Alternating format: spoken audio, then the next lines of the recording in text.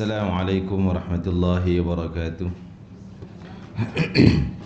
Alhamdulillah rabbil alamin, wassalatu wassalamu ala rasulil amin wa alihi wa sahbihi man nasarahu wa tabi'a walahu ila yaumid wa inna ta'alluma wa ta'lim wa tadhakkura wa tadhkir wa naf'a wal intifa' wal ifada wal istifada wal hatha ala tamassuk bi kitabillah wa sunnati rasulillah والدعاء إلى الهدى والدلالة على الخير ابتغاء مرضات الله وقربه وثوابه مغفرة ورضوانه وحسن الخاتمة عند الموت ورفع درجات في الجنة ومرافقة سيدنا محمد صلى الله عليه وآله وسلم وابتغاء شفاعته يوم القيامة على هذه النية وكل نية صالحة شامل خيرات الدنيا والآخرة وإلى حضرة سيدنا محمد صلى الله عليه وسلم.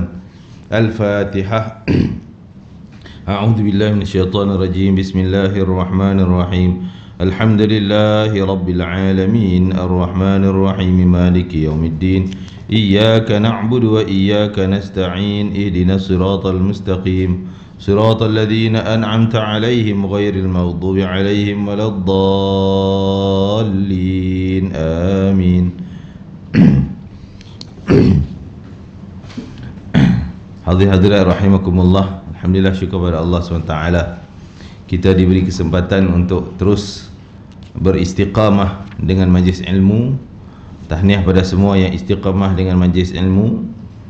Mudah-mudahan dengan niat kita yang ikhlas kerana Allah semata-mata, mencari redha-Nya, mengharapkan balasan Allah semata-mata, mudah-mudahan itu semua akan menjadi hasil kepada husnul khatimah saat kematian. Sehingga saya sikit kongsi, ada seorang ulama ketika dia membahas tentang kelebihan menuntut ilmu, sehingga dia mengatakan sekiranya engkau ada masa hanya beberapa minit sebelum mati, kalau kita tahulah kita akan mati sekian-sekian, ada seminit 2 minit, maka cepat-cepatlah engkau niat bahawa engkau akan menuntut ilmu, biar mati dalam keadaan menuntut ilmu. Maka untungnya mereka meninggal dunia dalam keadaan menuntut ilmu. Kerana bila kita sebagai sekadar murid, sekadar orang yang baru nak mencari ilmu, mungkin dengan kesilapan-kesilapan mudah dimaafkan, sebab kita baru nak belajar, kan? Jadi niat menuntut ilmu itu adalah penting. Sebab itu doa yang saya baca di awal tadi, yang kita aminkan, doa daripada Imam Haddad, nawaitu ta'alluma wa ta'lim, aku berniat untuk belajar dan mengajar. Jadi kita kena ada sentiasa dalam ingatan kita bahawa kita sentiasa belajar dan mengajar. Maksudnya apa yang kita dapat kita nak sampaikan. Balighu anni walau ayah, kata Nabi, sampaikan, ambil maklumat daripada aku, sampaikan pada orang lain walaupun sekadar satu ayat. Jadi tahniah pada semua yang istiqamah hari-hari datang ke kuliah dengan niat menuntut ilmu. Sebenarnya bukan sekadar menuntut ilmu, tapi bila kita niat menuntut ilmu, ganjarannya seolah kita berjihad di jalan Allah. Hadis Nabi, siapa yang keluar dari rumahnya dengan niat nak menuntut ilmu, fahuwa fi sabilillah, kata Nabi, dia sedang berjihad di jalan Allah Ta'ala. Dia sedang berjihad jalan Allah. Jadi kalau berjihad berarti apa-apa perbelanjaan kita dalam untuk perjalanan menuntut ilmu adalah perbelanjaan fi sabilillah, yang Allah Ta'ala sebut dalam Quran digandakan kepada 700 kali ganda atau lebih besar gandaannya, yang tidak ada tamat pemberian Allah Ta'ala. Wallahu yudha'ifu liman yasha, Allah lah yang ganda kepada siapa saja yang dia kehendaki. Berapa banyak itu hak Allah, tak tahu. Infinity, kita kata, tak ada had Allah nak beri. Inilah ganjaran orang yang menuntut ilmu. Maka kata para ulama, untungnya mereka yang bangun paginya main dalam mindanya, macam mana nak menuntut ilmu, ke mana nak menuntut ilmu, apa yang dia nak, maksudnya berkaitan dengan menuntut ilmu. Maka mudah-mudahan sepanjang hari tersebut sentiasa dinaungi oleh hidayah Allah Ta'ala, dan juga yang kita harapkan semua ni akan bawa kepada satu jalan. Jalan apa? Husnul khatimah, mati dengan keadaan baik. Itu yang kita nak, dan itu adalah keputusan awal bahawa orang ni ahli syurga, iaitu husnul khatimah, keputusan awal dia. Dan tanda-tanda nak dapat keputusan awal, tengok perjalanan hidup dia. Waktu dia senang, waktu dia sihat, ke mana dia buat, apa yang dia buat. Kalau dia buat benda yang Allah redha, mudah-mudahan itu sebagai tanda-tanda dia akan pergi kepada keputusan yang awal tadi, iaitu husnul khatimah. Jadi mudah-mudahan dengan umur yang berbaki pada kita, umur yang Allah berikan kepada kita sebagai modal, kita gunakan semuanya untuk menuntut ilmu, mencari redha Allah Subhanahu Wa Taala. Ikhlaskan niat kita semata-mata kerana Allah. Jadi kita tengok sambung pengajian kitab iaitu Mendidik Hati Mendekati Ilahi, Imam Ghazali rahimahullah taala, Abu Hamid Muhammad bin Muhammad Al-Ghazali rahimahullahu taala. Mudah-mudahan kita mendapat syafaatnya, syafaat para ulama, para aulia, dan khususnya syafaat baginda Nabi Muhammad sallallahu alaihi wasallam pada hari akhirat nanti. Amin ya rabbal alamin. Kita muka surat apa? 315 ke? Tajuk 315 tu ya. Pendek angan-angan. Pendek angan-angan. Apa yang dimaksudkan? Nanti kita tengok. Disebutkan di awalnya Rasulullah SAW bersabda, yang paling saya takutkan kepada kamu ada dua perkara. Yang pertama, panjang angan-angan dan mengikut hawa nafsu. Nabi sebut dua perkara. Begitulah Sayyidina Ali menegaskan, akhwafu ma akhafu alaikum ithnatan. Dua benda yang aku takut sangat kat kamu ni, akan berlaku kat kamu wahai umat Islam. Dua benda. Yang pertama, tulul amal, panjang angan-angan. Yang kedua, wattiba'ul hawa, turut je hawa nafsu. Seperti kalau orang dulu-dulu buat contoh macam, yalah, orang dulu tengok lembu, tengok kerbau, dia tahulah contohnya kan. Macam lembu kena tambat hidung, tarik je, ke mana pergi ikut je, dia tak boleh bantah. Nafsu tak boleh ikut macam tu. Ikut nafsu macam tu binasa. Sayyidina Ali kata fa inna tulul amal, yang juga hadis Nabi, panjang angan-angan itu adalah membawa kepada lupa akhirat. Jadi di sini panjang angan-angan, adakah cita-cita? Iya, cita-cita. Tapi tengok cita-cita yang mana yang boleh, yang tak boleh. Yang boleh bawa kepada lupa akhirat, nak sampai target, nak sampai dia punya sasaran, wawasan dia, sehingga tak peduli pada hukum Allah Ta'ala. Yang ni tulul amal. Cita-cita tu cita yang membinasakan. Angan-angan tu angan yang membinasakan. Kalau cita-cita akhiratnya, dia cerita juga tapi nak buat madrasah di sini ni, kan, ataupun nak buat masjid ke benda yang baik-baik, angan-angan. Walaupun dia belum ada kewangan yang cukup nak buat, tapi angan kalau ada duit nak buat ni sekian benda yang baik. Tu angan juga, tapi angan tu mendekatkan pada akhirat, tak melupakan akhirat. Yang tu silakan, dibolehkan. Itu malah dianjurkan dalam bab niat yang baik. Dalam bab niat yang baik, angan-angan besar mana pun silakan. Benda yang baik, benda yang mendatang faedah akhirat kita. Lepas tu kita sebut tadi ni, kalau ada seminit sebelum mati pun niat nak menuntut ilmu sampai akhir hayat kita. Tu angan-angan lah. Tapi benda yang baik silakan. Tapi benda yang tak baik, yang boleh menghalang jalan akhirat kita, angan-angan nak bagi kita jadi jutawan nombor 1 kat Malaysia, nak bagi kita ni jadi hartawan yang paling banyak sekali supaya orang kenal siapa kita, orang tahu. Ini semua benda yang membinasakan. Allah tak suruh kita nak bagi dapat nombor 1. Allah tak suruh kita nak glamour-glamour macam tu. Itu bukan matlamat hidup kita kat dunia. Matlamat kita nak bagi akhirat. Biar angan-angan kita yang bawa jalan-jalan kepada akhirat. Itu boleh.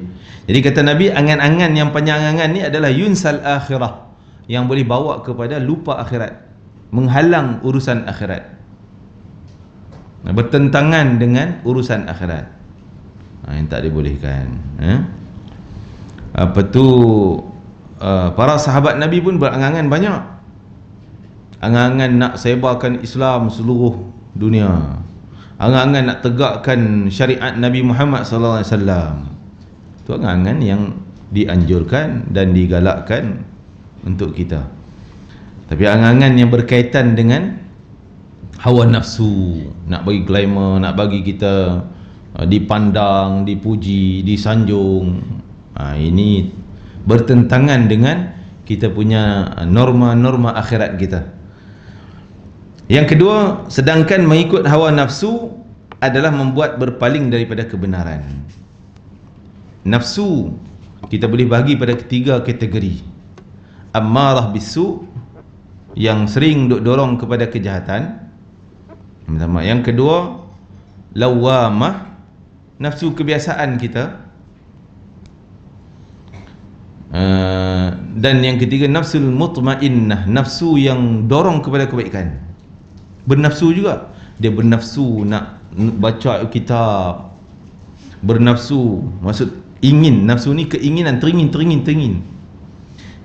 nak baca buku banyak-banyak, nak baca Quran banyak-banyak, teringin nak berzikir ribu-ribu, teringin nak apa lagi, nak jumpa ulama, nak duduk bersama ulama contohnya. Itu mutmainnah, yang bawa pada ketenangan. Ya ayyatuhan nafsul mutmainnah, wahai jiwa yang sentiasa bawa keinginan kepada kebaikan. Mutmainnah ni, ya ayyuhan nafsul mutmainnah, apa tu, irji'i ila rabbiki radiyatan mardiyah. Baliklah kepada Tuhan kamu dalam keadaan engkau redha dan diredai. Allah redha, engkau pun redha. Allah suka dengan perbuatan keinginan kamu kat dunia tu, ingin benda yang baik-baik belaka. Dan engkau pun akan suka apa yang aku nak bagi. Aku suka dengan engkau, engkau pun akan suka dengan apa yang aku nak bagi ni. Nak bagi syurga, nak bagi itu, nak bagi ini. Itu nafsul mutmainnah. Lawamah ni nafsu kita nak makan. Ini kena kontrol, ada hadnya. Nak makan, nafsu laki perempuan, nafsu itu ada had. Lebih had haram, dalam kawalan halal. Nafsu nak berpakaian cantik, nafsu, itulah benda-benda keinginan jiwa. Semua manusia ada benda tu, semua manusia ada. Kalau tak ada benda tu, berarti dia bukan manusia lah. Tak ada teringin langsung hawa nafsu pada lelaki perempuan, tak ada langsung pada nak makan, tak ada nafsu nak tidur. Ini macam bukan manusia ni. Ada, tapi ada hadnya, jangan lebih-lebih. Ada ammarah bisu, yang sentiasa dorong kepada jahat, suruh buat benda maksiat lagi. Tapi kadang-kadang ammarah bisu ni dia selindung, dia sembunyi sikit, dia tak terajak buat jahat. Nanti akan disebut syaitan ni akan mempengaruhi kita dengan harta. 3 benda, 3 cara kita dengan harta ni, khususnya orang yang berharta. Mula kita kata nafsu lawamah kita ialah nak cari harta untuk kegunaan kita, anak-anak nak belajar sekolah, nak ni dan sebagainya. Tapi syaitan ammarah bisu ni, yang berkawan dengan nafsu ammarah bisu, syaitan ni akan guna engkau, suruh buat benda jahat, bagi teringin pada harta, bagi teringin pada jawatan, bagi teringin pada ni. Mulanya nampak berlapik kerana Allah, tapi lama-lama dah tak jadi dah. Dengan 3 cara. Yang pertama, syaitan kata, Nabi sebut syaitan ni akan sentiasa duk cari peluang. Lain yanjul ghani, dia kata orang kaya ni tak akan lepas daripada salah satu daripada 3 ni. Dia akan gagal dengan 3 cara aku ni. Yang pertama, imma an yuzayyinahu fi 'ainih. Yang pertama sekali, aku akan hiaskan bagi nampak cantik. Benda dunia tu bagi dia nampak cantik. Mula contohnya cari kekayaan, dah cukup dah untuk nak makan, nak apa segalanya. Tapi nak ambil lebih lah, boleh lah bayar zakat. Bagi nampak cantik kan, boleh lah bayar zakat, boleh tolong orang, nampak baik. Tapi lama kelamaan, zakat tak apalah, tak bayar lagi, tundalah, kita nak guna duit ni untuk lain pula. Sehingga fayamna'hu min haqqih, sehingga dia nampak benda tu yang dihiasi cantik tadi, dia dah mula tak menunaikan hak harta. Dah mula berani-berani tak menunaikan hak harta.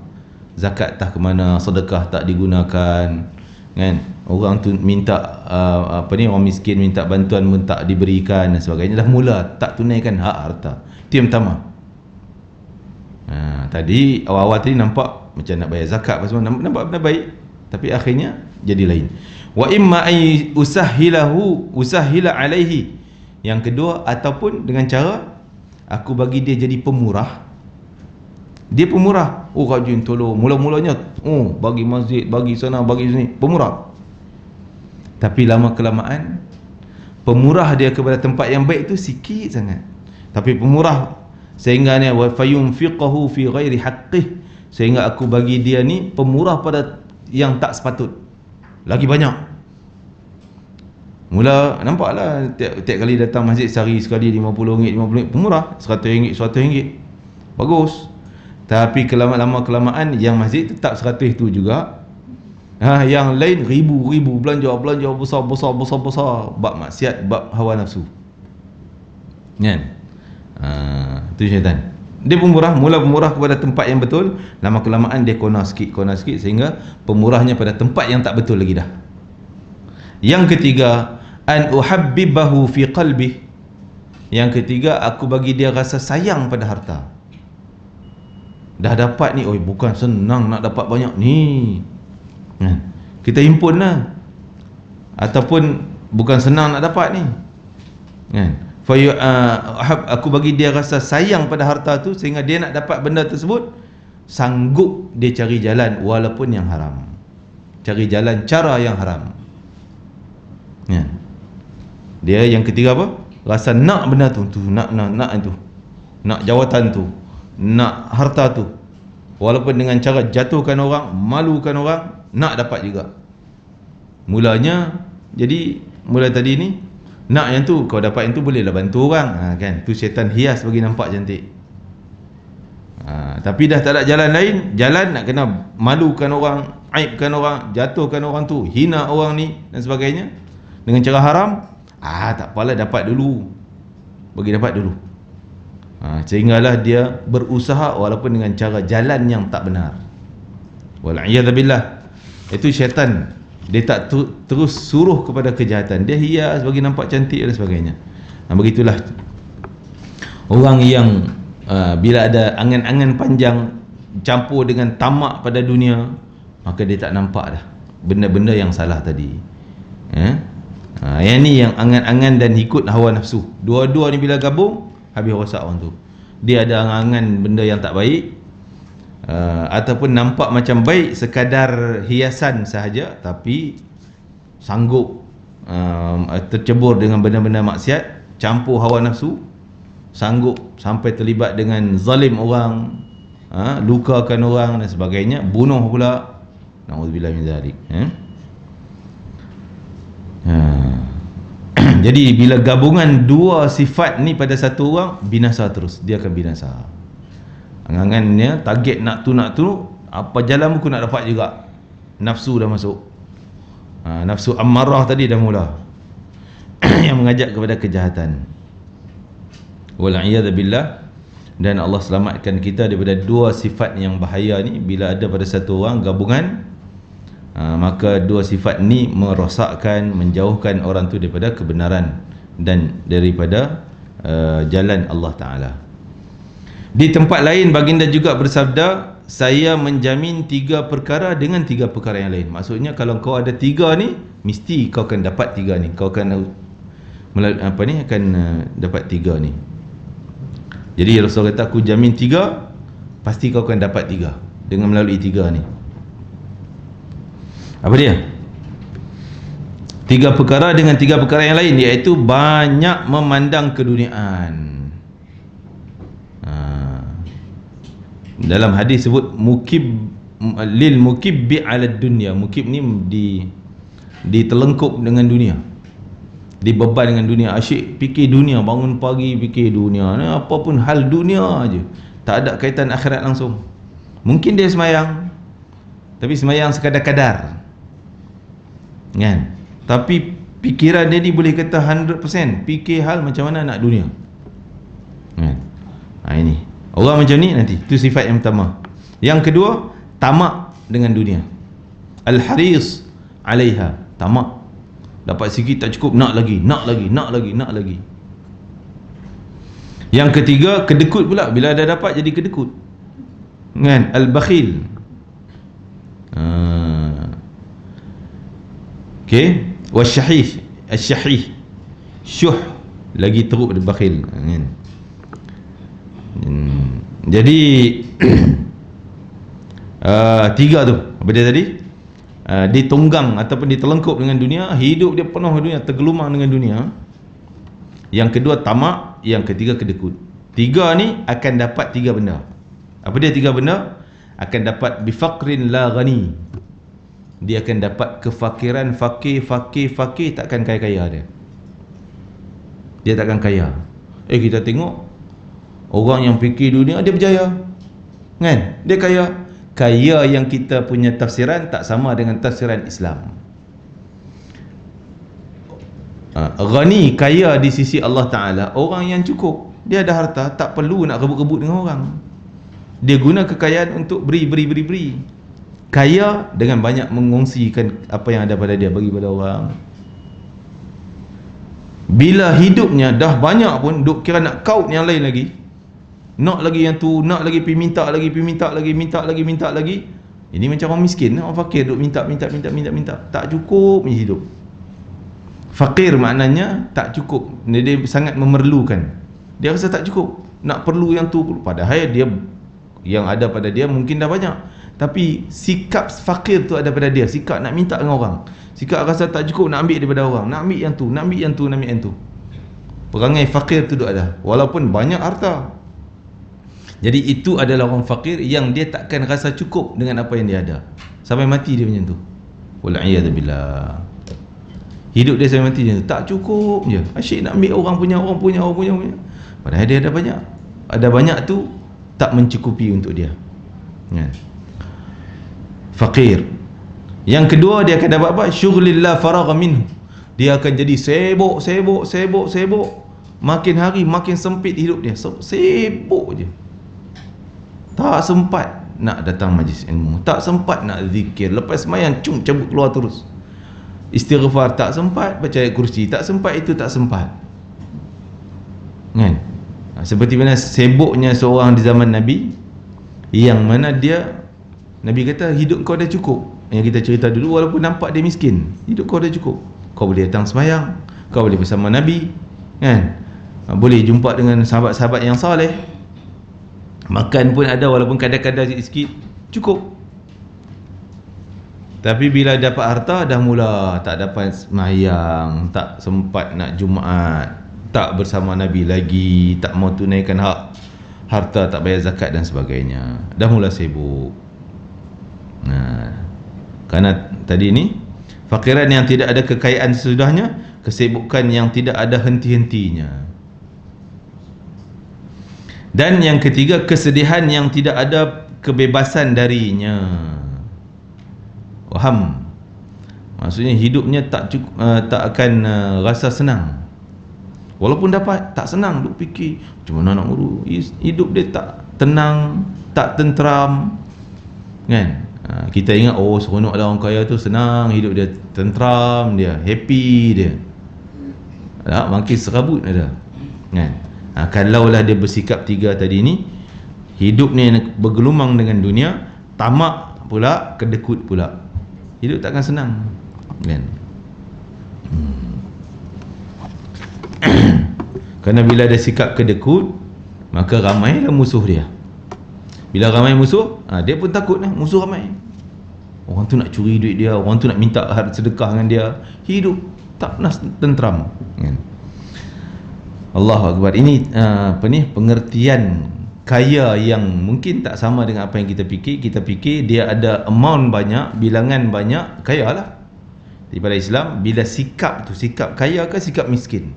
Sikap nak lagi pada orang, nak lagi duk minta, rebut dengan orang, macam sikap orang miskin je, maka dia fakir. Bukan berarti kita Contohnya tak boleh minta kerja ke, kan? Minta kerja tu fakir ke? Tak. Kita cari peluang-peluang yang ada. Bukan kita rebut, bukan kita tamak. Peluang ada, kalau orang jemput kita diberi jawatan tersebut, alhamdulillah, kita usaha yang terbaik. Kan? Bukan tamak. Okey, dan kita guna peluang tu untuk kebaikan supaya kita hilang daripada jalan-jalan bawa pada tamak yang diharamkan sehingga kedekut dan sebagainya. Diriwayatkan daripada Abu Darda radhiyallahu anhu bahawa ia memandang penduduk Hims di Syria, Hims. Masya-Allah, di Syria ni sehingga Sayyidina Ali sebut dan banyak sahabat-sahabat yang sebut tentang fa inna fihimul abdal. Orang satu ketika zaman Sayyidina Ali jadi khalifah, ketika itu Muawiyah, kira Muawiyah berada jadi gubernur di Damsyik di Syria. Maka dah rasa dah orang bawahan Muawiyah ni nak naikkan Muawiyah supaya jatuhkan Ali. Nak jatuhkan Ali. Dan sehinggalah Sayyidina Ali syahid, dibunuh. Naik Sayyidina Hasan, Muawiyah tak dapat naik lagi.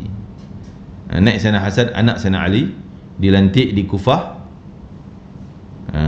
Maka ketika zaman Sayyidina Ali dah rasa dah puak-puak ni nak memberontak, orang bawahan ni nak naikkan Muawiyah, nak jatuhkan Ali khalifah, maka orang suruh Sayyidina Ali doakan laknat untuk penduduk Syam. Penduduk Syam. Maka Sayyidina Ali kata, tak boleh, aku takkan buat demikian, kerana aku dengar Nabi sebut di Syam tu ada wali-wali abdal. Dalam riwayat sebut 40 wali, ada riwayat mengatakan 80 wali. 80 wali-wali abdal. Ada 80 wali-wali abdal, dan mereka ni bukan kerana salat mereka, bukan kerana puasa mereka jadi wali, tapi kerana hati mereka sangat lemah lembut, lunak. Akhlak mereka lemah lembut, mulia. Hati bersih, tak pernah sakit dengan orang, tak pernah dengki dan sebagainya. Maka mereka diangkat menjadi wali abdal. Kerana mereka lah, dengan doa mereka lah Allah beri hujan, beri rezeki, tumbuhan, makanan dan sebagainya. Tu doa mustajab dia orang ni. Tapi tak kenal, kita tak kenal, kan? Jadi sebab tu Sayyidina Ali sering wasiat, kalau kamu pergi ke Syam, hati-hati, kerana di sana ada abdal. Sering diwasiat oleh Sayyidina Ali, sana ada abdal, wali abdal. Dan kalau meninggal seorang, pasti Allah ganti seorang yang lain di tempat tu. Malah dalam riwayat lain Nabi kata, di kalangan 80 tu 40-nya lelaki, 40 perempuan, wali perempuan.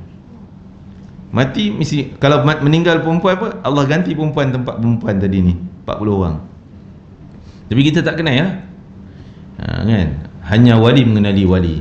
Sebab tu kalau kita tak kenal, kita bermuamalah cara baik dengan semua orang. Kita tak tahu tahtah dia yang depan kita, kita tak pasti, kan? Itu pesanan Sayyidina Ali kepada orang yang berada di Syam. Fa inna fihimul abdal. Penduduk Hims ni salah satu bandar daerah di Syam.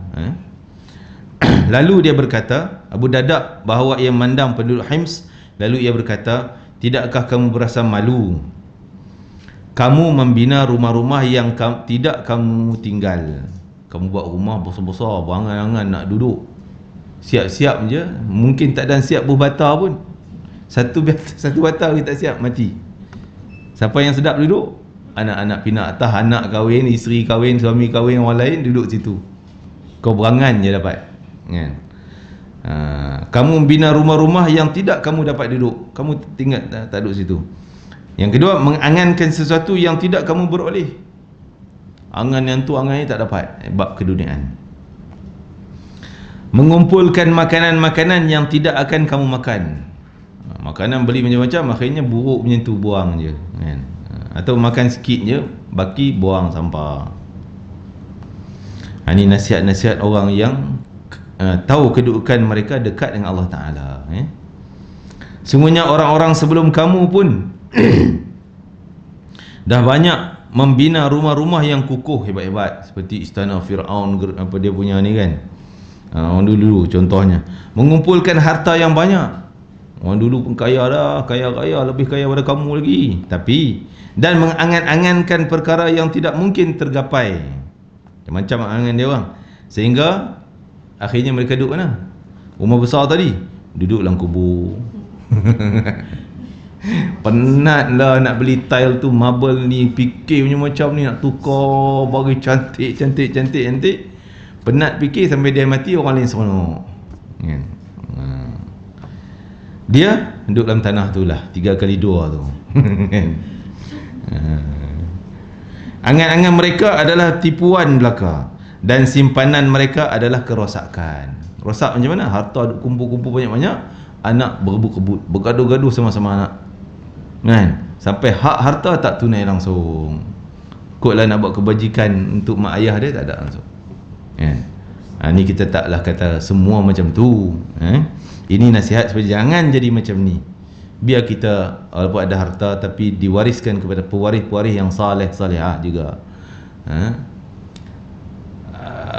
Terkadang dalam bab harta bila mak ayah meninggal ni, yang pertama kesilapan kita, masyarakat kita kata Allah, kubur kubur merah lagi, nak fikir waris-waris dah ataupun faraid dah. Tak, sepatutnya faraid disegerakan. Sepatutnya faraid disegerakan. Ini masyarakat kita selalu tersilap dengan benda tersebut. Kita baru meninggal kubur merah lagi, nak tanya harta pusaka berapa banyak-banyak. Tak, sepatutnya kena selesaikan tu. Sebab harta warisan tu lah yang akan menunaikan hak orang mati. Apa dia? Mungkin ada hutang dia. Hutang dia siapa nak bayar? Sepatutnya hutang ambil daripada harta warisan. Kecuali anak-anak ni pemurah, kita tak payahlah ambil itu, aku sedekahlah untuk hutang mak ni, kan? Untuk hutang ayah ni aku sedekah. Ya tak apalah, tak ambil lah harta tu, seolah dia anak ni sedekah. Yang pertama sekali kena selesaikan hutang dia dulu. Sesin pun kena tunai, kan? Sebab tu kita ni kalau kita ada hutang, dalam Al-Quran faktubuh, Allah kata tulis hutang tu, tulis, catat, supaya kita meninggal catatan ada, anak tahu, ayah hutang sekian, jom kita bayar. Ni hutang senyap, anak tak tahu, isteri tak tahu, suami tak tahu. Meninggal dia, orang guna harta untuk lain, hutang tetap kekal. Sehingga disebutkan bahawa hutang ni, kata Nabi SAW, kalau orang tu meninggal dunia syahid, perang syahid fi sabilillah, dia meninggal dunia, kemudian dia hidup, Allah bagi dia mati syahid lagi kali kedua, hidup ketiga, syahid lagi ketiga, keempat, kelima, syahid berkali-kali pun, hutang takkan selesai. Bab hutang akan dituntut di akhirat, akan dituntut oleh Allah Ta'ala. Allah tak padam. Bab dosa lain Allah padam, mungkin kerana syahid dia, Allah padam dosa dia, mungkin terlibat dosa tu, dosa ni, dosa tak mengumpat ke apa, mungkin Allah padam. Tapi bab harta sama sekali tidak, mesti tunai. Jadi anak tolong, harta pusaka pertama sekali kena cari hutang. Hutang ayah kat mana, hutang mak kat mana, langsaikan dulu. Yang kedua wasiat. Allah Ta'ala sebut min ba'di wasiyatin yusi biha aw dain. Harta pusaka dibahagikan setelah wasiat dan hutang. Hutang dan wasiat mana kita nak dahulukan? Nabi sering mendahulukan hutang daripada wasiat. Cepat-cepat tunai hutang.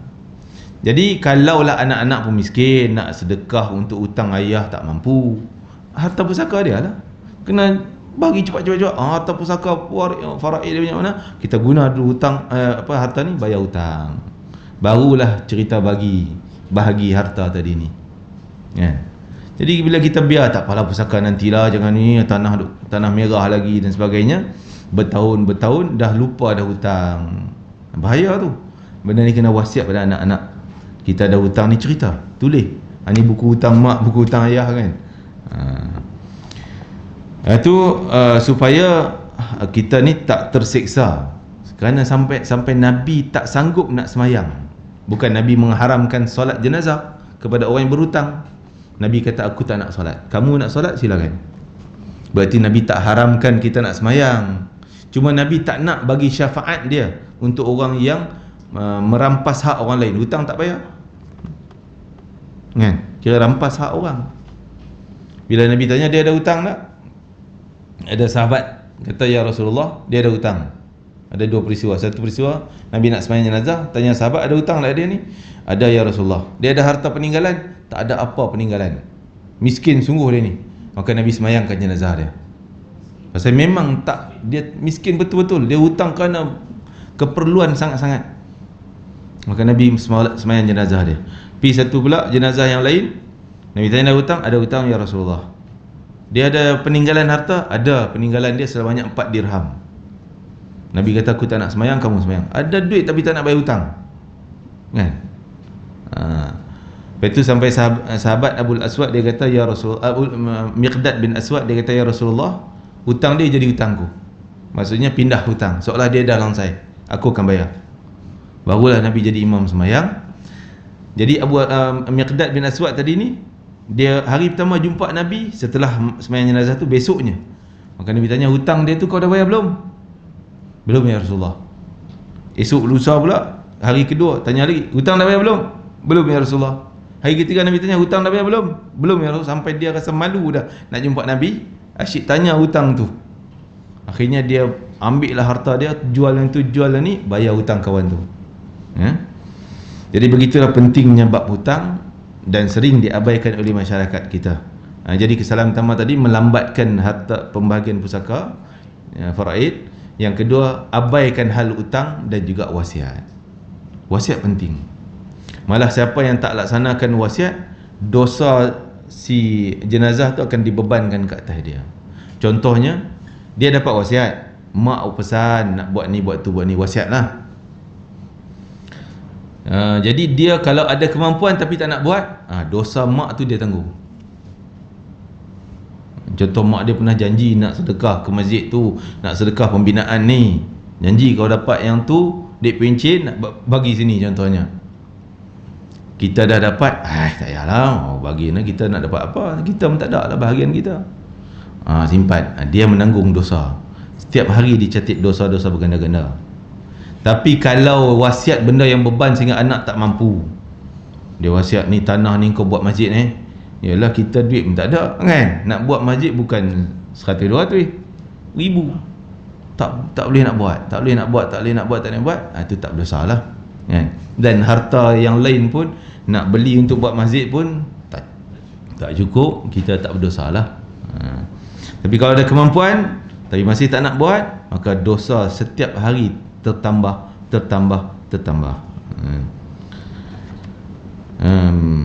Sayyidina Ali ke mana tadi? Disebutkan Sayyidina Ali bin Abi Talib berkata kepada Sayyidina Umar radhiyallahu anhu. Jadi para sahabat ni sering nasihat menasihati. Walaupun Sayyidina Umar ni kedudukan nombor 2, kan? Dia tak pernah kata, kau budak-budak lagi nak nasihat aku. Tak ada macam tu. Para sahabat ni seronok bila jumpa dia nasihat, dia pula bagi nasihat tukar-tukar. Bagi wasiat, pesanan Nabi dan sebagainya. Jadi Sayyidina Ali karamallahu wajhah beri wasiat pada Sayyidina Umar, kau nak ikut seniornya Sayyidina Umar, lebih senior. Tapi Sayyidina Umar suka. Begitu juga Sayyidina Ali kadang-kadang dinasihati oleh Sayyidina Umar. Begitu juga Abu Bakar kadang dinasihati oleh sahabat-sahabat yang lain dan sebagainya. Apabila anda ingin menemui sahabat anda, siapa dia sahabat anda? Rasulullah dan Sayyidina Abu Bakar radhiyallahu anhu. Tampallah pakaian anda, maksudnya pakaian kau janganlah megah-megah. Pakai kadar-kadar, kan? Kalau koyak pun tampal-tampal lah. Kita mana nak tunggu koyak, kan? Raya Aidilfitri dah beli dah. Aidil Adha selang sebulan je pun. Kena beli baru, nak boleh. Lepas tu raya ada kenuri kahwin pula sebulan lepas tu, beli lain, kan? Pakai kerana ada nikmat Allah Ta'ala, silakan, bukan untuk dibangga. Nak bangga ni yang payah nak kontrol. Kadang-kadang bila kita pakai smart, dia akan timbul benda tu. Dah pakaian menyebabkan dosa kita. Jadi sahabat dulu sering nasihat, duk ingat, tampal pakaian kau, jangan duk megah-megah. Walaupun dia khalifah nombor 1 di kalangan umat Islam, Amirul Mukminin, kan? Pernah Sayyidina Umar Al-Khattab daripada Baitul Mal dia bagi kepada, walaupun dia kira kategori kira orang miskin juga Sayyidina Umar ni, kan? Walaupun dia khalifah, jadi anak-anak dia pun miskin, jadi dia bagi banyak kepada Sayyidina Hasan, Sayyidina Husin, cucu Nabi. kepada Sayyidina Ali, kan? Dan anak-anak Sayyidina Ali yang lain selain pada Hasan Husain, ada lagi Zainab dan yang lain-lain. Bagi pada Sayyidina Abdullah bin Umar, anak dia sendiri sikit, mungkin suku daripada yang dia bagi pada Hasan, Husain dan sebagainya. Jadi anak dia waktu tu duduk budak, Abdullah bin Umar datang mengadu, wahai ayah, pasal apa ni aku dapat sikit, anak orang lain bagi banyak, aku anak khalifah dapat sikit, kan? Maka Sayyidina Umar kata apa? Kau tahu tak, bapa dia orang tu lebih baik pada bapa engkau, kan? Atuk dia lebih baik pada atuk engkau, mak dia lebih mulia daripada mak engkau. Sebab tu aku patut muliakan mereka, beri lebih pada dia, lebih pada engkau. Itu cintanya para sahabat kepada cucu Nabi SAW. Yang pertama, tampallah pakaian anda. Kita janganlah buat macam tu, kan? Kan? Kalau koyak tu ialah boleh tampal lah. Tapi kalau nampak datang kuliah, dia ni rumah besar, kereta besar, pakai baju koyak, tampal sini, kedekut sangat ni, orang akan cakap yang tak baik pula, kan? Jadi kita kena jaga juga mulut orang tu, supaya orang tak sangka buruk dengan cakap-cakap buruk pada diri kita. Jadi kita niat, kita pakaian kemas, cantik itu bukan nak bangga, tapi supaya nak nutup aib kita, itu dituntut, dan nak mengelak daripada fitnah orang dan sebagainya. Sebab tu Nabi ajar kita, bila kita dapat pakaian, pakai pakaian alhamdulillahillazi kasani ma uwari bihi aurati. Alhamdulillah, syukur pada Allah yang berikanku pakaian menutup auratku, keaibanku, kan?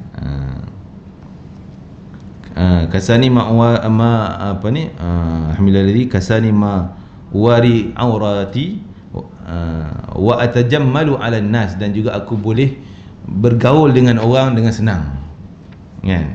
Jadi kadang-kadang kita pakai baju campang-camping, koyak rabak sana, orang pun dia ni orang ni, kan? Tak betul kot. Kita pun nak jauh juga. Jadi kita senang bergaul dengan orang. Jadi maksudnya sahabat dulu, mereka ni lain. Jadi kita tak mampu nak duduk kedudukan dia orang ni. Sebab tu kita sebut dulu warak. Warak kita ni sekadar jauh daripada benda haram tu, alhamdulillah lah, tak terlibat dengan benda haram, kan? Tapi warak orang yang khusus dekat dengan Allah Ta'ala, bukan cara macam tu. Yang halal pun mereka haramkan untuk dia. Ni dia orang ni, walaupun boleh dia beli pakaian baru, tapi nak tunjuk bukan nak tunjuk, maksudnya sikap warak mereka ni cinta pada Rasulullah sampai tahap macam tu. Jahitkan kasut anda, jahitlah kasut anda, pendekkanlah angan-angan anda, dan makanlah anda dengan tidak sampai kenyang. Masya-Allah, kan? Jauh daripada kita ni, kan? Kita makan mana tak pernah kenyang. Payah nak jumpa makan tak kenyang. Makan terlebih kenyang ada. Masya-Allah. Allahu Akbar. Macam mana kita nak duduk dengan dia orang, memang tak mampu nak buat apa yang dia orang buat, tapi sekurang-kurangnya kita baca kisah dia orang, kita sayang pada dia orang, cinta. Jalan, kata para ulama, kita ni orang awam ni, jalan nak duduk dengan kedudukan sahabat mustahil dengan amalan, takkan mampu. Macam mustahil lah, kan? Tapi boleh dengan cara kita cinta, sayang pada dia orang, hormat dia orang, jaga nama mulia dia orang, sebarkan nama mulia dia orang, sayang.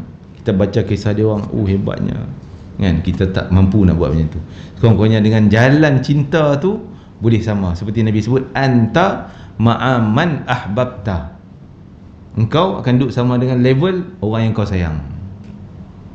Ni kisah sahabat pun tak nak baca, kisah wali pun tak nak baca. Macam mana kita nak duduk dengan dia orang? Kita kena ambil tahu hal dia orang ni, supaya kita rasa cinta, sayang dengan dia orang ni. Walaupun kita ni siapa je lah, kan? Takkan mampu beramal seperti amalan mereka. Tapi jalan cinta tu ada. Saluran nak duduk dengan dia orang ni, jalan cinta. Ini yang Nabi sebut kepada Sayyidina Anas bin Malik, kata, aku tak pernah rasa aman, senang, ataupun nak mampu duduk bersama para Nabi, kecuali dengan Nabi kata, anta ma'aman ahbabta. Nabi sebut pada seorang Arab Badui. Badui itu datang, ya Muhammad, maka Nabi kata, apa? Dia kata apa? Dia kata, bagaimana aku nak Itulah lebih kurang ayatnya, bukan ayat hadis yang tepat, tapi mafhum dia. Dia kata aku tak mampu nak beramal dengan amalan-amalan dia orang ni. Mulanya tanya, bila berlaku kiamat? Nabi tanya, apa persediaan engkau? Kau dia tanya nak kiamat bila, nak kiamat bila, macam mana persediaan engkau nak jumpa dengan kiamat?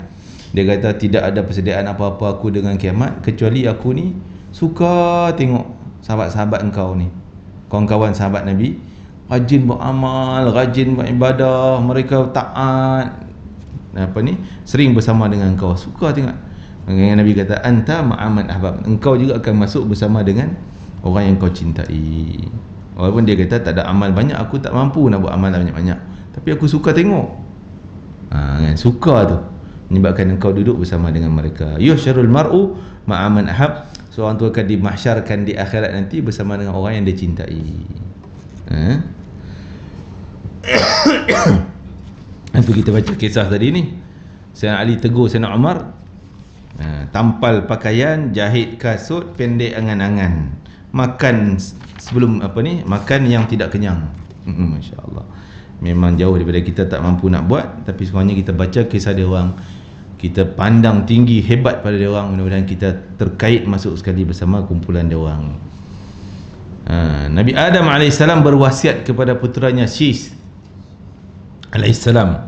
Syith dalam sebahagian riwayat para ulama mengatakan dia seorang nabi bukan rasul. Dia nabi bukan rasul.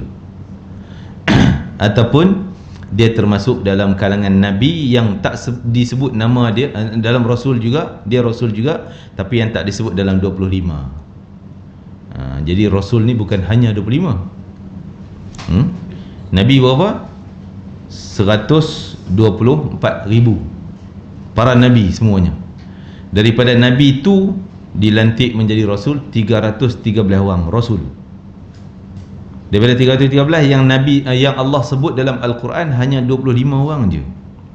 Allah Ta'ala sebut minhum man qasasna alaika, di kalangan mereka para nabi rasul tu ada yang kami cerita kat engkau, wa minhum man lam naqsus, ada yang kami tak cerita pun.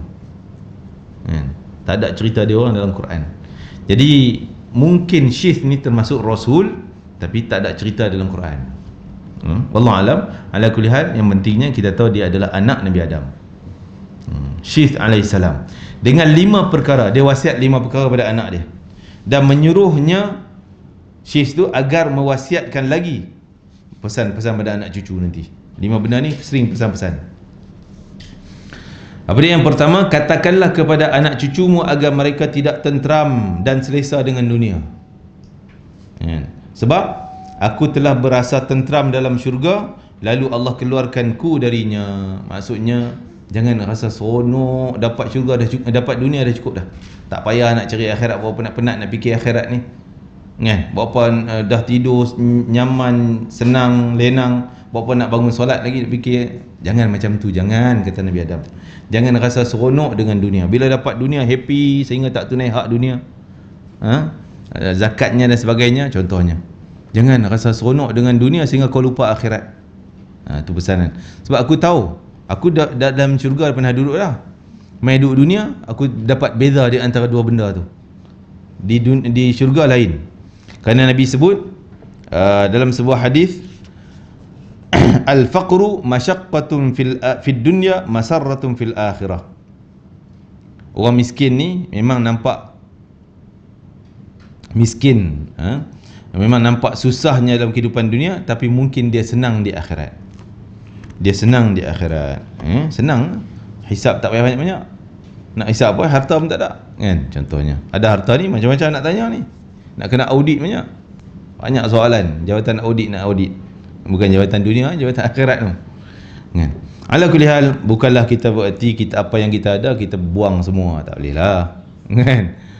Kita guna, salurkan kepada perkara-perkara, sehingga Nabi kata al-mukthiruna humul asfalun, orang yang harta banyak kat dunia ni di akhirat nanti dia duduk level yang paling bawah. Kalau syurga pun syurga paling bawah, kan? Kecuali kat dunia dulu harta dia banyak, kecuali dia buat benda ni, man qala bil mali hakadha, kecuali dia buat pada hartanya macam ni Nabi buat tangan. Maksudnya dia buat kebajikan banyak. Yang tu menyebabkan dia kaya dunia, kaya akhirat, duduk level paling tinggi akhirat dengan kebajikan harta dia tadi. Jadi bukan berarti kaya buang je harta, nak jadi miskin lah kita. Dah, guna, salurkan kepada yang sepatutnya. Yang kedua pesanan Nabi Adam AS, katakanlah kepada anak cucumu agar tidak mengikut keinginan isterinya, sebab aku menurut keinginan isteriku dan makan buah dari pokok itu sehingga aku ditimpa penyesalan. Kan? Ini bukan isteri orang sini ajak bang pergi kuliah. Itu kena ikut.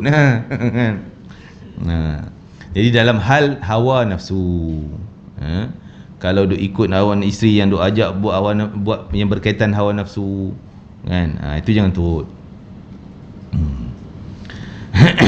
Yang ketiga, katakanlah kepada mereka bahawa setiap pekerjaan yang mereka ingin lakukan, kajilah akibatnya. Sebab kalau aku mengkaji akibat perbuatanku terlebih dahulu, aku tentu tidak akan ditimpa apa yang menimpa aku. Maksudnya akibat daripada makan benda yang Allah larang ni, akibatnya kena halau dari syurga sebenarnya, aku takkan buat. Kalau aku tahu akibatnya, aku kaji akibatnya. Jadi pesanan Nabi Adam, nak buat apa pun kaji dulu. Kalau buat macam ni apa jadi? Kalau buat macam ni apa jadi? Apa akibatnya? Supaya dia tak menyesal macam mana aku menyesal. Dah terkeluar daripada syurga. Yang keempat, jika hati gelisah dengan suatu perkara, tinggalkanlah. Sebab ketika aku makan buah dari pokok itu, hatiku gelisah. Boleh makan tak boleh makan, nak jadi apa? Makan je lah.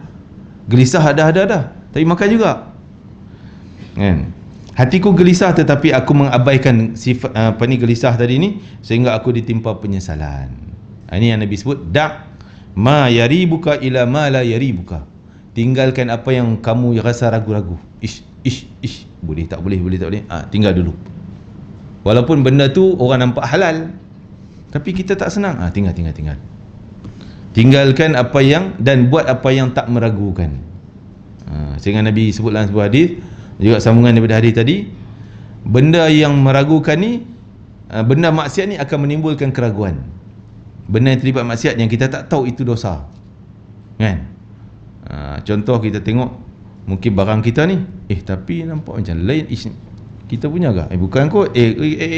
Tinggal dulu, senang, kan? Untuk menyelamatkan, tinggal kita rasa senang hati ya, tak ambil, kan? Jadi tinggal benda yang meragukan supaya kamu buat benda yang tak meragukan. Dan Nabi Adam pesan, tinggal, kalau gelisah dengan satu perkara, kamu tinggalkan. Kerana aku ketika makan buah tersebut aku gelisah, tapi aku makan juga, sehinggalah menyesal. Yang kelima, hendaklah bermesyuarat dalam segala urusan. Bincang dulu dengan orang-orang yang mengetahui halnya.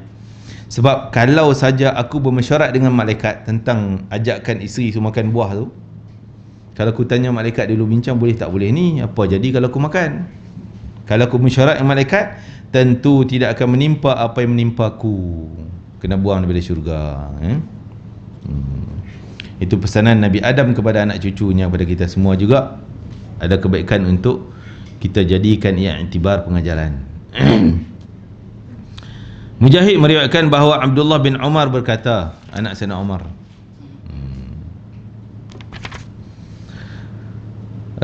jika anda berada di pagi hari, jangan berangan-angan tentang waktu petang. Masya Allah, kita bukan takat pagi petang, kita punya angan-angan tahun depan 5 tahun lagi, 10 tahun lagi.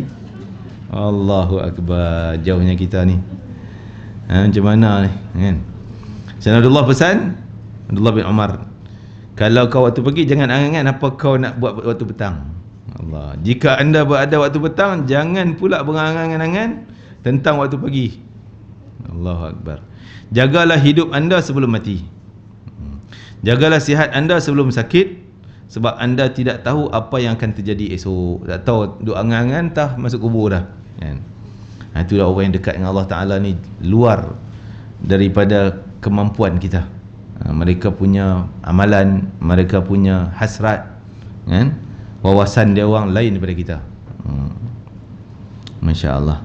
Rasulullah SAW bertanya kepada para sahabatnya, apakah kamu semua mahu masuk syurga? Nabi jawab, tentu ya Rasulullah.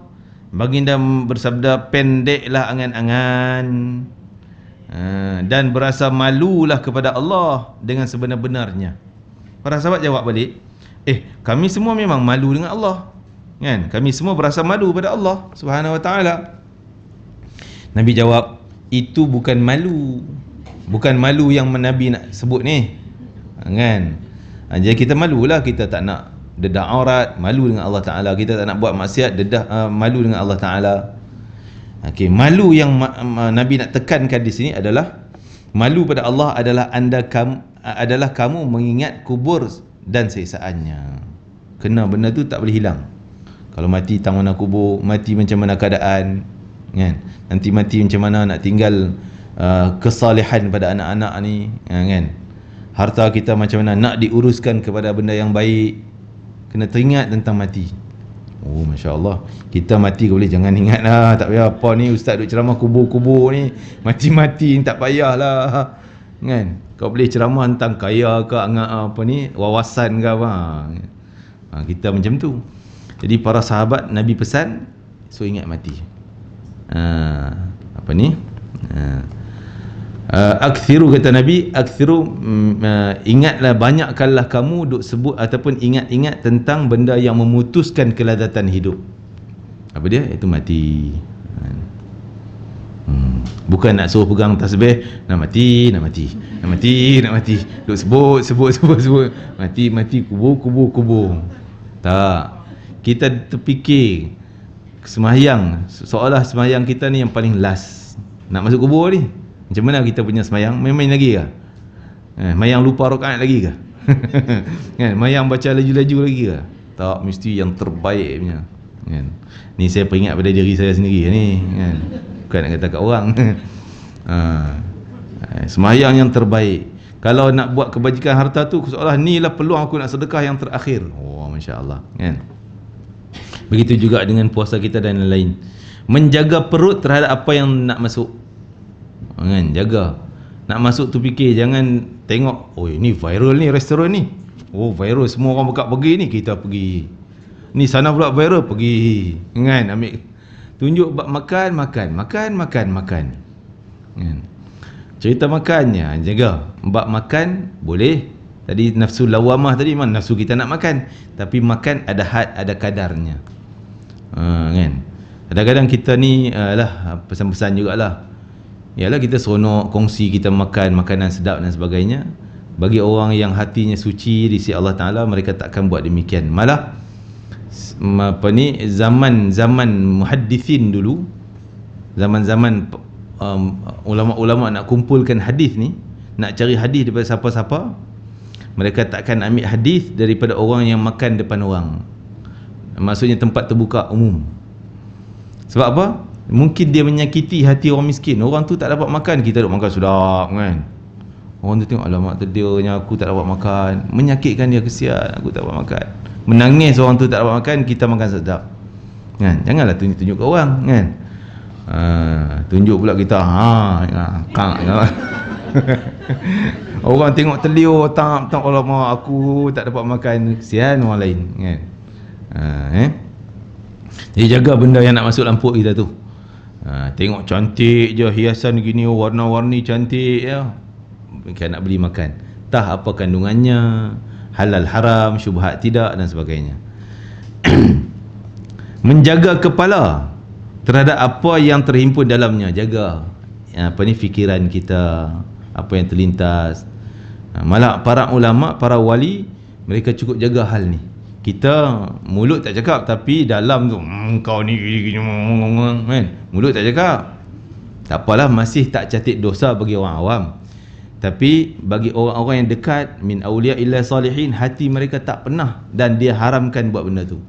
Tak pernah nak komen dalam hati, dan hati tak nak fikir buruk tentang orang. Itu yang kita sebut tadi, wali abdal.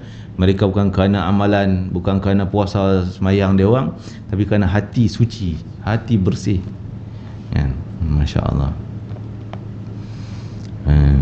Menjaga kepala terhadap apa yang terhimpun dalamnya. Maksud duk fikir apa, duk cakap apa dalaman tu, tu kena jaga juga. Barang siapa yang menambahkan karamat akhirat, kemuliaan akhirat, nak dapat kedudukan tinggi, syurga yang paling hebat, hendaklah dia meninggalkan perhiasan dunia, kan? Kurangkan perhiasan dunia, nak cantik je, nak lebih pada orang, nak tunjuk pada orang, itu bukan. Itu tinggalkan.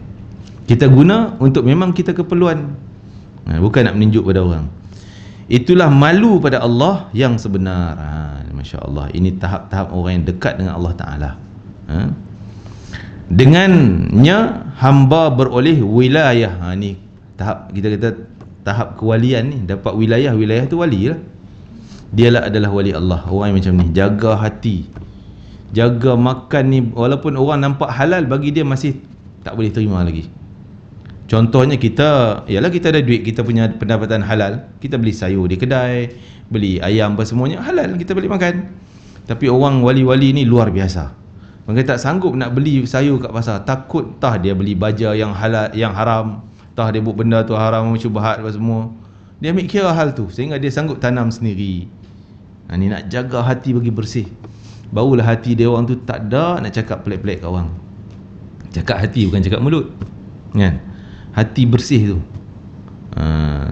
Kita boleh jaga mulut bersih pun dah cukup dah.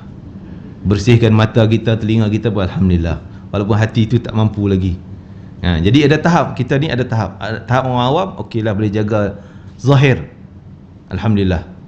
Tahap wali bukan perlu zahir sahaja, perlu puasa hati. Berarti dalam puasa dulu sering ditafsirkan puasa orang awam, puasa khawasul khawas, kan? Khusus pada khusus lagi.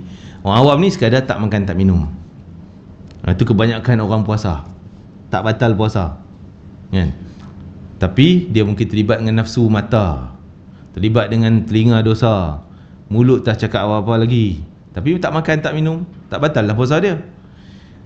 Kita boleh tingkatkan pada tinggi lagi kalau boleh jaga mata pun jaga puasa, telinga pun kena puasa, cakap-cakap lidah pun kena puasa. Tu. Dan tahap yang tinggi sekali sampai hati dia berpuasa, kan? Hati puasa, takkan buat benda dosa maksiat ni hati ni. Ni peringkat para wali, wali-wali Allah yang hatinya bersih. Nak bersih, sebab tu dia jaga, takkan beli sayur kat kedai, takkan beli ayam daripada kedai, dia ayam dia sendiri yang dia pasti dia bagi makan apa semua yang halal, sampai ambil kira macam tu, kan? Tahap kewalian. Dalam riwayat lain baginda bersabda, awal kebaikan umat ini adalah kezuhudan dan keyakinan. Umat-umat terawal zuhud, yakin. Zuhud, tengok para sahabat lah, kan? Sahabat-sahabat yang mereka tak pernah fikir kemewahan hidup, kesenangan, fikir macam mana nak dapat pahala, nak dapat redha Allah, nak dapat redha Rasulullah SAW. Antaranya Sayyidina Suhaib Ar-Rumi. Suhaib Ar-Rumi radhiyallahu anhu, dia orang Rum, bukan orang Arab, bukan keturunan Arab dia, tapi dia bila ditangkap jadi hamba, dijual sampai ke Mekah. Masa tu dia belum Islam. Akhirnya dia masuk Islam, dia pada hamba. Akhirnya dia merdekakan, dia masuk Islam. Dia pandai bisnesnya jadi kaya raya. Duduk Mekah tu dah banyak harta. Bila dia tengok Nabi berhijrah ke Madinah, sahabat dah mulai hijrah, dia cari jalan macam mana nak hijrah. Sehingga dia nekat, aku nak pergi hijrah. Dia siap bekalan, dia harta banyak. Jadi dia bawa bekalan untuk macam orang nak untuk perjalanan je. Tak ada nak bawa benda nak pergi Madinah, tak ada. Sekadar bekalan makanan. Makanan untuk perjalanan 8 hari nak sampai Madinah. Tiba-tiba kawan-kawan dia, banyak businessman yang belum Islam bersama dengan dia ni, yang ada kaitan dengan dia. Maka mereka ni dengar Suhaib ni nak lari keluar daripada Mekah, nak pergi Madinah. Dia orang sekat tengah jalan. Sekat dia tengah jalan. Maka ketika tu dia merayulah supaya buka laluan dia nak pergi Madinah. Dia kata tak boleh, engkau dulu duduk Mekah miskin, engkau dapat harta kekayaan daripada Mekah. Sekarang ni dah kaya, engkau nak bawa lari harta kau keluar dari Mekah, nak pergi negara lain. Dia kata, mana aku bawa harta aku? Kau tengok bekalan aku ni, seekor kuda, itu je. Lepas itu dia kata, tak, kami takkan lepaskan engkau. Dia orang tak lepaskan. Dan dia ugupnya macam, dia kata, kau kenal aku ni pakar memanah, hati-hati baik, aku boleh panah engkau tepat, mati terus. Dia kata kau nak panah, kami ramai, kan? Akhirnya dia kata, baiklah kalau gitu, mau tak aku beritahu pada engkau harta aku kat mana? Mau kalau kau beritahu okey lah. Janji jangan halang aku punya laluan, jangan kacau.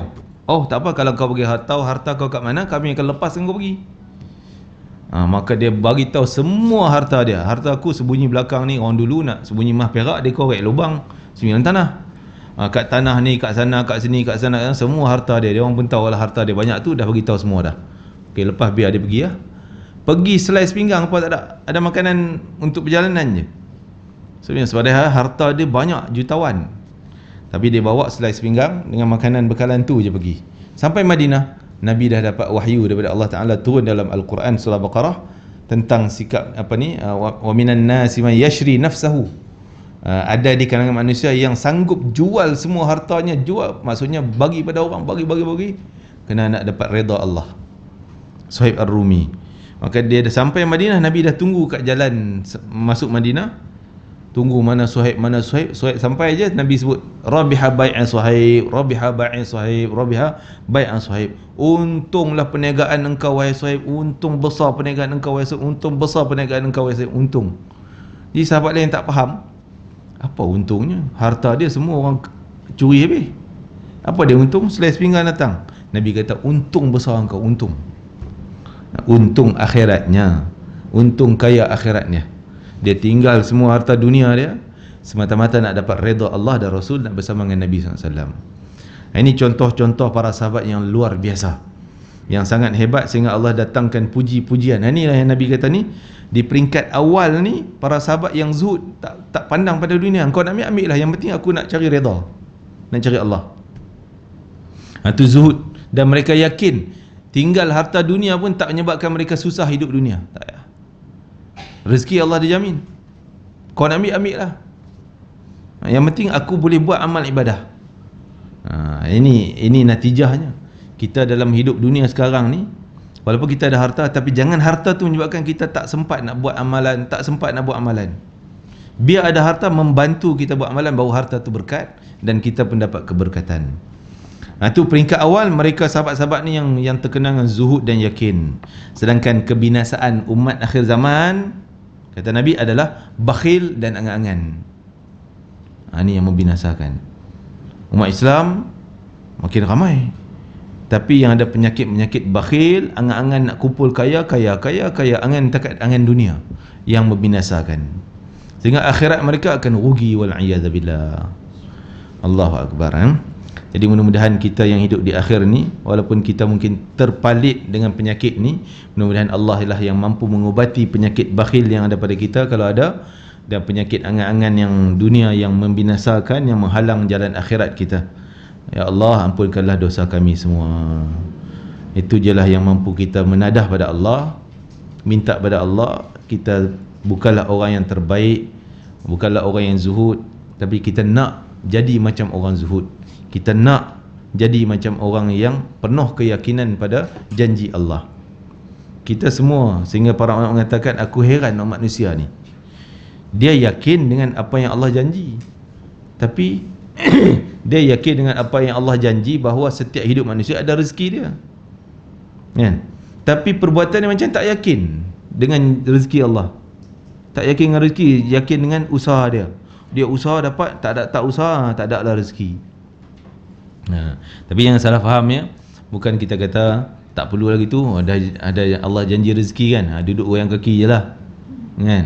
Tak, dengan usaha pun kita berusaha, tapi jangan sampai tamak, jangan sampai rakus, jangan sampai terlibat benda yang haram, wal'iyadzubillah. Yang terakhir kita sebut satu perenggan lagi, diriwayatkan daripada Ummul Mundhir bahawa pada satu malam Rasulullah SAW nampak berada di tengah-tengah orang. Baginda bertanya, wahai manusia, tidakkah kamu malu pada Allah? Mereka bertanya balik, apa itu ya Rasulullah? Baginda menjawab, iaitu mengumpulkan apa yang tidak kamu akan makan. Itu malu. Tak malu kau dengan cara tu? Kamu duk kumpul-kumpul, yang kamu tak boleh makan pun tinggal pada orang. Mengangankan apa yang tidak akan kamu peroleh, dan membina apa yang tidak akan kamu duduki. Ini semua hal dunia. Angan-angan takat dunia, wala'idzubillah, yang tak membawa kepada kejayaan akhirat, tak menambah pahala. Okey, jadi kadang-kadang orang salah bila tak belajar, dia salah faham. Oh, tak boleh angan itu, tak boleh kerja, tak payah nak berusaha dan sebagainya. Tak, Islam tak melarang kita nak bekerja cari nafkah, nak berusaha cari nafkah yang halal. Cuma nasihat kita di sini, jangan kita nak pada dunia kita sehingga menghalang jalan akhirat, menghalang ibadah, tak ada langsung nak buat ibadah dengan harta yang kita dapat dan sebagainya. Yang tu yang disebut kita berangan-angan dengan dunia yang diharamkan dalam syariat kita, yang boleh menghalang jalan akhirat. Wallahu taala alam. InsyaAllah kita akan sambung lagi pada tajuk ni sikit ya. Kita speed lah baca. Abu Sa'id Al-Khudri berkata bahawa Usamah bin Zaid bin Thabit membeli seorang hamba dengan harga 100 dinar untuk 1 bulan. Dia beli untuk 1 bulan je.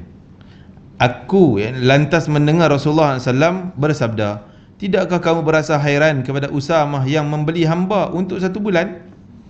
Usamah itu terlalu panjang angan-angannya.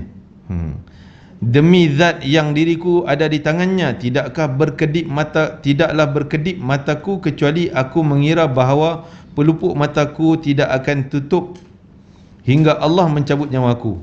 Dia, masya-Allah, tidak ada angan-angan langsung untuk sebulan. Tidak akan terbuka kelopak mataku hingga aku mengira bahawa aku jatuh hingga bangkit kembali. Tidak aku kunyah suapan kecuali aku menduga bahawa aku akan mudah menelannya hingga kematian menyekat di kerengkung. Tengok mati je, tengok apa yang ada ni, mungkin takat ni je. Selanjutnya baginda bersabda, hai anak Adam, jika kamu berakal, anggaplah diri kamu termasuk di antara orang-orang yang mati. Kena fikir hal mati. Demi zat yang diriku ada dalam kekuasaannya, innama tu'aduna la'ati wa ma antum mu'jizin. Sesungguhnya apa yang dijanjikan kepada kamu pasti datang, dan kamu sekali-kali tidak mampu menolaknya. Kematian secara khusus. Ibn Abbas radhiyallahu anhuma meriwayatkan bahawa Rasulullah SAW keluar rumah untuk mengambil air. Baginda lantas meraba-raba tanah. Kemudian aku berkata kepadanya, ya Rasulullah SAW, air itu ada berdekatan dengan anda. Baginda menjawab, apa yang aku inginkan kadang-kadang tidak dapat aku menggapainya. Itu fikir hal mati je. Kadang-kadang teringin nak ambil benda tu tapi tak dapat pun benda tu, kan? Walaupun dekat dah. Diriwayatkan bahawa ketika Isa AS duduk-duduk, tiba-tiba dia melihat seorang tua dengan cangkulnya sedang mengolah-ngolah tanah. Isa AS lalu berdoa, ya Allah, cabutlah darinya angan-angan. Orang itu lantas meletakkan cangkulnya. Maksudnya Nabi Isa doa belakang-belakang jauh, dia tak dengar pun. Tapi tiba-tiba orang tu berespon, letak cangkulnya dan terus baring. Hingga berapa saat kemudian dia tertidur orang tua tu. Melihat keadaan demikian, Nabi Isa AS berdoa lagi, ya Allah, kembalikanlah dia harapannya. Bagilah dia ada harapan lagi, mengharap. Orang tua itu bangun pula dan bekerja lagi, pegang cangkul pula. Isa kemudian bertanya perkara itu padanya. Orang tua tu menjawab, tanya kenapa dia tidur tadi, bangun pula, cangkul pula. Dia kata, ketika aku sedang bekerja cangkul-cangkul awal tadi, tiba-tiba aku berkata pada diriku sendiri, hingga bila engkau nak bekerja ni? Sampai bila aku nak kerja ni? Kan? Kadang-kadang orang, yalah, ada kemampuan hidup dah pun, sibuk lagi, ilmu tak tambah, amalan tak tambah, tapi bekerja lagi, nak cari harta lagi. Sampai bila nak bekerja ni? Kan? Sedangkan untuk akhirat tak ada penambahan pun. Allahu Akbar. Kamu sudah tua, Nabi Isa kata, hingga bila dia sendiri kata pada diri dia sendiri, kamu sampai bila nak kerja, dah tua dah ni. Aku pun lantas meletakkan cangkul itu dan baring. Tak payah kerjalah, tidur je lah, kan? Kemudian aku berkata lagi pada diriku, demi Allah, kamu harus hidup dalam sisa umurmu. Ada baki umur ni, kena bekerja lah. Aku lantas bangun dan mengambil cangkulku. Jadi berarti hal ni, kan, kita bekerja dah makin lanjut-lanjut ni. Bekerja jangan, kalau mampu bekerja, ada peluang cari nafkah, jangan tinggal, silakan. Tapi yang tu kita kurangkan, lebihkan yang lain. lebihkan yang buat amalan dan sebagainya. Dan kalau boleh yang tu pun untuk guna amalan. Amalan tu kena lebihkan, selagi hayat ada di badan kita. Dan Nabi sebut, untungnya orang yang paling beruntung besar adalah orang yang umurnya panjang dan banyak pula amalan dia. Orang yang paling rugi, orang yang angan-angannya panjang tapi amalannya tak sikit sangat. Wallahu ta'ala alam. Mudah-mudahan, yalah, kita baca ni kadang ketuk diri sendiri je kan. Mudah-mudahan kita dapatlah beramal dengan apa yang sekadar kita mampu, ya.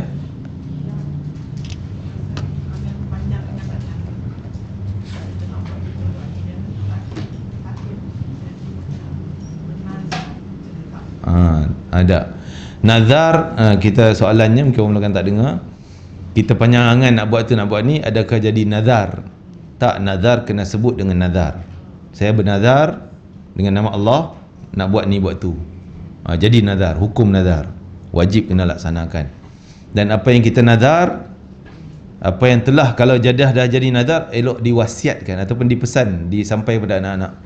Mak pernah wasiat, pernah bernazar ni nak buat ni buat tu. Sekarang tak mampu lagi. Kalau engkau ada kemampuan, tolong buat. Jadi wasiat pun untuk anak-anak.